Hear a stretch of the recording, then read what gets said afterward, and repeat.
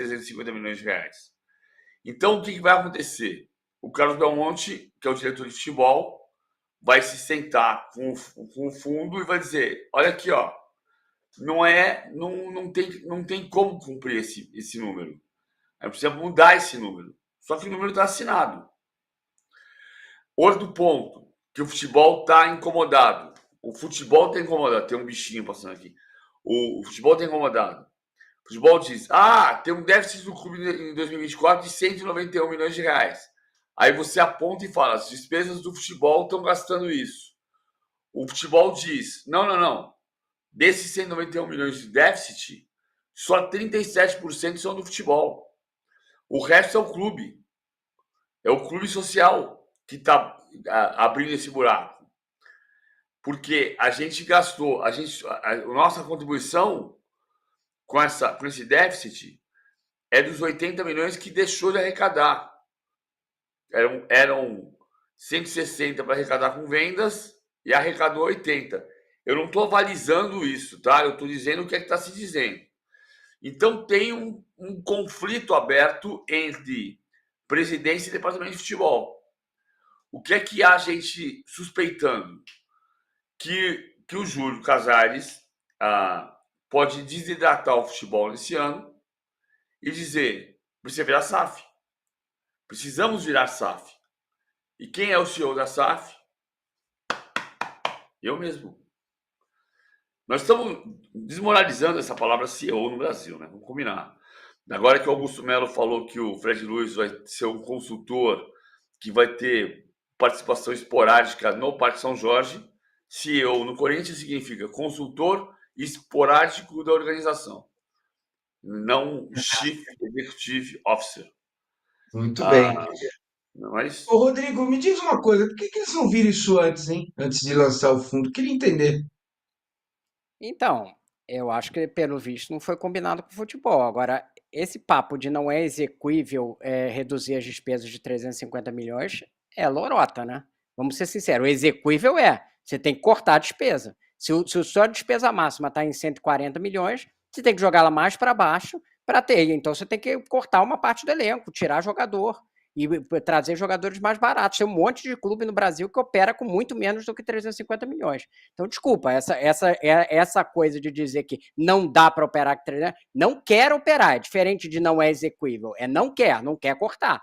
Todos os clubes que pressupõem que você comece a pagar as dívidas, e ainda as contas que o PVC está mostrando aqui de 2024 são assim, ainda não tem aqui a discriminação do que causou o déficit, né?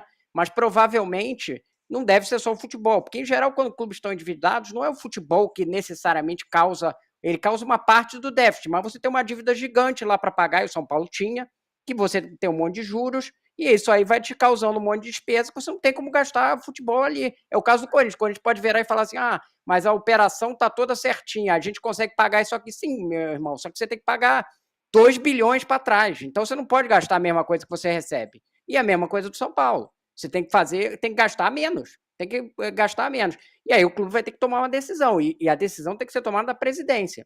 Não adianta ficar nesse meia boca, falar assim: não, mas vamos dar um jeitinho que a gente aumenta mais 100 milhões os gastos, e aí não vai pagar nada no final das contas, entendeu?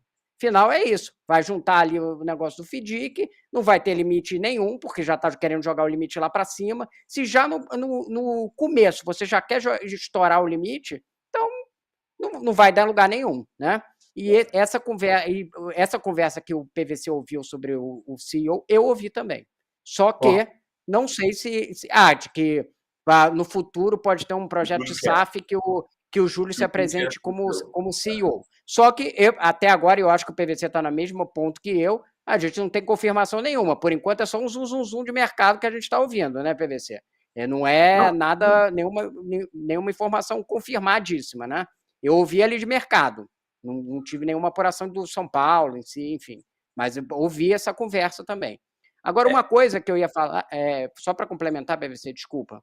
Não, fala a questão do CEO, depois eu entro no outro tópico não, dessa essa questão de questão. CEO só começando a aparecer como especulação em muitos clubes, não é só no São Paulo. É no Sim, Fluminense, é no Internacional, foi no isso. Flamengo, que não se confirmou. mas se fez reeleição para CEO, porque o Landim era candidato a CEO na chapa do Rodrigo Dunche. Já se especulou no Palmeiras. Então tem essa conversa tem em muitos lugares. Aconteceu em Fortaleza, né, com o Marcelo Paes. Marcelo Paes é CEO de uma SAF do Fortaleza que não tem até agora investidor. Então, se vai acontecer ou se não vai, não dá para saber de fato. Em vários lugares tem esse Está boato. acontecendo porque estão gastando demais, né, PVC? Gasta-se demais, aí a conta estoura, aí a dívida fica. Não dá mais para você conversar, resolver ela. Essa dívida que está posta do São Paulo aqui dá para o São Paulo resolver, porque é um pouco maior do que a receita dele. É uma dívida que dá, se você tiver uma atitude ali. O São Paulo não tem como única solução SAF. Ele tem um caminho ainda como associação para fazer, só que vai ter que cortar gasto. Tem que admitir, não adianta achar que não vai ser sem sacrifício.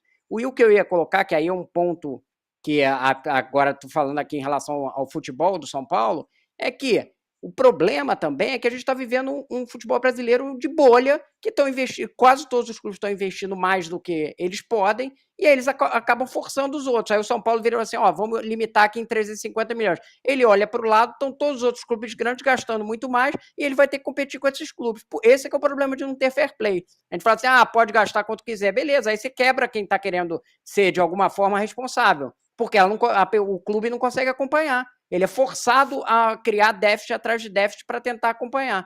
Esse cenário de bolha foi justamente o que levou a criação do fair play na Europa lá atrás, que é você criar algum limite para você não virar o mundo maluco, que cada um gasta um mais do que o outro, no final quebra todo mundo junto. Então, eu quero só, perfeito o raciocínio do Rodrigo, mas eu quero um pouco mais de vocês com essa história de SAF no São Paulo, porque São Paulo SAF é uma coisa, para mim, me assusta, porque em nenhum momento até aqui eu ouvi falar dessa questão, né? De que a dívida do São Paulo é inadministrável, não dá mais, não tem jeito, tem que virar SAF, é obrigado a virar SAF. O Rodrigo já derrubou o argumento aí, porque se você aumentar um pouquinho mais a receita aí, mais 20% de aumento de receita, você diminui o custo do futebol, você vai ter um refresco. E mais, o fundo vai tirar da corda do pescoço da dívida de curto prazo, que são os juros. Que o São Paulo paga juros, não tem dinheiro para investir no futebol, ou seja, se entra o dinheiro do fundo em 6 meses, os juros, você não precisa pagar esses juros. Fala, PVC, essa história de SAF me arrepia os cabelos, quer dizer, cabelo não, mas os pelos. Vou por partes. Primeiro que uma das questões que está se falando do futebol em relação à presidência, porque hoje existe um conflito entre o discurso do departamento de futebol, que se sente asfixiado pelo FIDIC. E não quer dizer que uma coisa esteja certa ou errada. O FIDIC é perfeito, desde que ele tenha sido feito com base em números que sejam concretos, possíveis. O que o futebol está dizendo isso aqui não é plausível, porque a gente vai ter que reduzir num nível que não vai ser, o time não vai ser competitivo, e vai chegar uma hora no meio do ano, quando estiver em 17º lugar, que vai fazer como o Corinthians esse ano e sair gastando tudo. E não quer dizer que seja assim, porque você pode perfeitamente montar um time competitivo sem gastar muito dinheiro. Pode. Ainda é possível fazer isso no Brasil, embora não seja simples. Você tem que ter scout, olhar, observação, tudo mais. Enfim. Fato é, o que o futebol está dizendo? Que o déficit do clube ele é muito mais composto dos juros da dívida do que da manifestação do departamento de futebol e dos problemas do clube social. Ponto. Isso está posta, não é uma crise econômica. Ela é mais administrável econômica. Tem uma crise política que está posta entre o futebol que quer gastar como gastava para tentar ser competitivo e ganhar um título como ganhou em 2023, a Copa do Brasil. Bom, a questão da SAF. Primeiro tem um erro de premissa. Você não faz uma SAF, Massini, para você se livrar de uma crise econômica. A SAF, eu já disse várias vezes, mas SAF não é de prefixo de safar-se. Você faz uma SAF se você entender que este modelo econômico, esse modelo de gestão funciona para você. O problema é que todos os clubes que viraram SAF, os grandes até agora, viraram SAF sob a premissa de se salvar da falência. E não é para ser assim. O Benfica não virou SAD para se salvar da falência. Ele virou SAD porque ele achou que o modelo de gestão era mais correto do ponto de vista do pagamento de impostos e da capacidade de arrecadação. Se o São Paulo entender que para ele o modelo SAF funciona, ele pode virar SAF independentemente de ser lucrativo. Não é porque você está quebrando que você vai virar SAF. Quer dizer, não deveria ser. E o Massini, só para pontuar aqui, o PVC pode falar a apuração que ele tem. Não é a primeira vez que o São Paulo flerta com a ideia de SAF, né? Lá atrás, o Júlio já teve outras conversas. Teve a conversa com o Grupo City, por exemplo, quando o Grupo City veio ao Brasil, a coisa não andou, justamente porque não tinha uma intenção na época de transformação em SAF.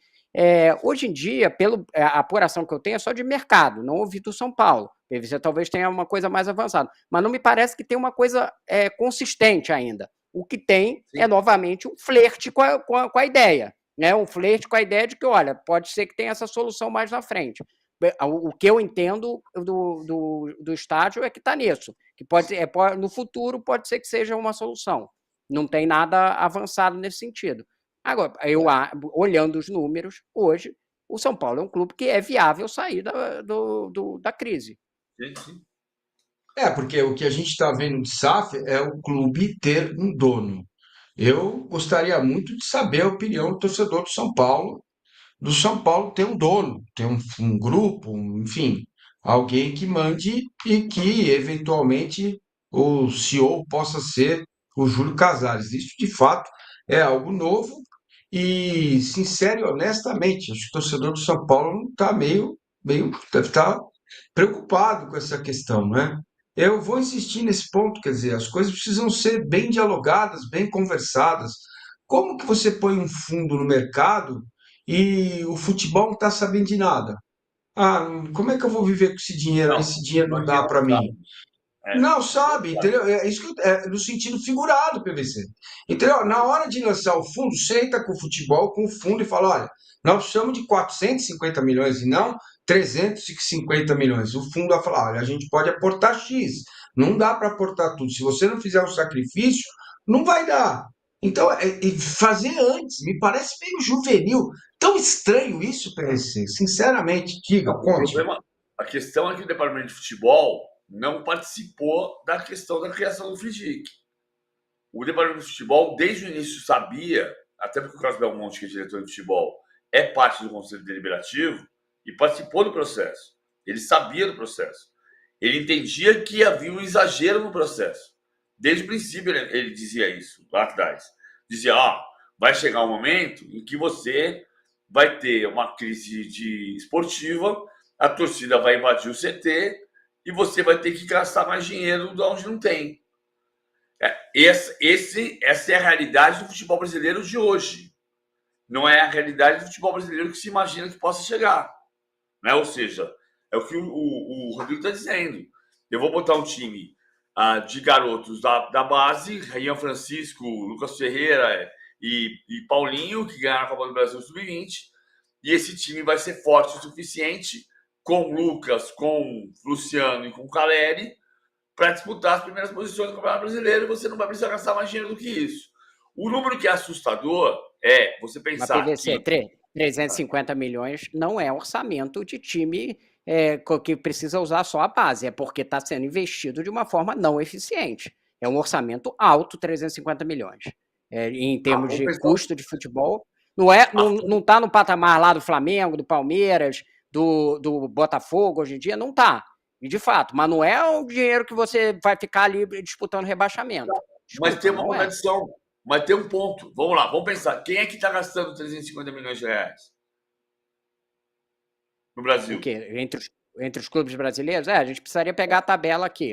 Esses times que eu falei certamente estão gastando mais. Vamos lá. Mas... O Cruzeiro gasta mais, o Grêmio gasta mais, o Inter gasta mais. o Botafogo gasta mais, o Fluminense está gastando mais, o Palmeiras gasta mais, o Corinthians gasta mais irresponsavelmente, o Flamengo gasta mais, o Vasco, talvez o Vasco, não sei se o Vasco gasta isso.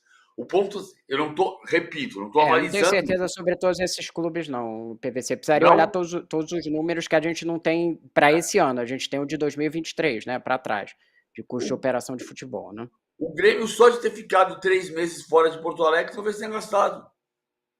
Porque, assim, não estou falando de gastar de folha de pagamento. O São Paulo planeja gastar 10 a 15% menos em folha de pagamento. A folha de pagamento de São Paulo hoje é 17 milhões e 800. 17.800. Você diminuir quer chegar a 15 milhões. Quer dizer, você vai tirar quase 3 milhões. Você vai tirar 20% de folha. Quase 20% de folha. É o que eles planejam fazer. Tirando 7, 8 jogadores do elenco e trazendo 2. Veja, eu não tô avalizando o número, eu tô aqui pensando junto. Quando você tem a informação de que você gasta 340 milhões de reais sem viajar, não estou gastando nem hospedagem, nem passagem, e chega a 340 milhões, se esse número faz sentido hoje, por mais que eu tenha que cortar, meu teto não pode ser 350. Então tem que ser 400. Até porque tem ali, vamos lá, para o fundo, se você tem 280 sobrando, em vez de 330, pode ser que para o fundo seja, para fazer CDI mais 5%, talvez seja suficiente, não sei. Mas assim, tem uma conta... O fundo está em captação, pela informação que eu tenho, o fundo está em captação e está sendo bem sucedida a captação do fundo, o que significa que eles vão conseguir o dinheiro, provavelmente. Pelo menos é o cenário que eu ouvi até agora, que tem um cenário de captação positiva para o São Paulo. Eu acho que faltou uma conversa aí direito e com planejamento já para montar um time e já começar a negociar com os jogadores para, eu tenho que cortar fulano, tenho que cortar cicrano, esse tipo de coisa. Esse é o ponto. Esse é o ponto. Aí a gente vai Mas me parece observar... que, tá me parecendo que o departamento de futebol foi forçando a barra para deixar no final e falar, não dá, e aí vamos gastar mais. Isso. Porque Não, se o Belmonte sabia lá falou, atrás que ele não foi surpreendido. Ele começou a reclamar agora, depois que já estava tudo posto, né? Não, aí é um ponto, aí é uma discussão que a gente pode ter sobre a questão dos diretores profissionais, que não são todos positivos, todos bons, versus os diretores políticos. Porque o futebol sabe disso desde o início e é contra isso nesse patamar desde o início, desde antes de ser aprovado. Só que vai para o conselho e no conselho você tem que aprovar e você tem uma posição política dentro do conselho. O Marcos Braz tem uma posição política dentro do Flamengo. O Carlos Belmonte tem uma posição política dentro do Conselho de São Paulo. Deu para